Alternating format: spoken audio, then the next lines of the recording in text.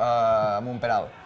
Amb un penal, la veritat és que la primera part va ser, podríem definir-la sense cap mena de problema com a insulsa, ja que cap dels dos equips va generar clares ocasions de gol. Blanquerna i Uri van ser pròpiament dit espectadors. Aquí veiem un gol anul·lat per falta, poca cosa més al llarg del primer temps. Quan d'un partit es parla que els porters són espectadors, deixa molt que veure el joc que es va poder presenciar en el camp, més de mig del camp, més de lluita que no pas d'ocasions de gol. Correcte, amb molta intensitat, molta lluita. Qualsevol del Marco de es diria mucho centrocampismo i poco futbol.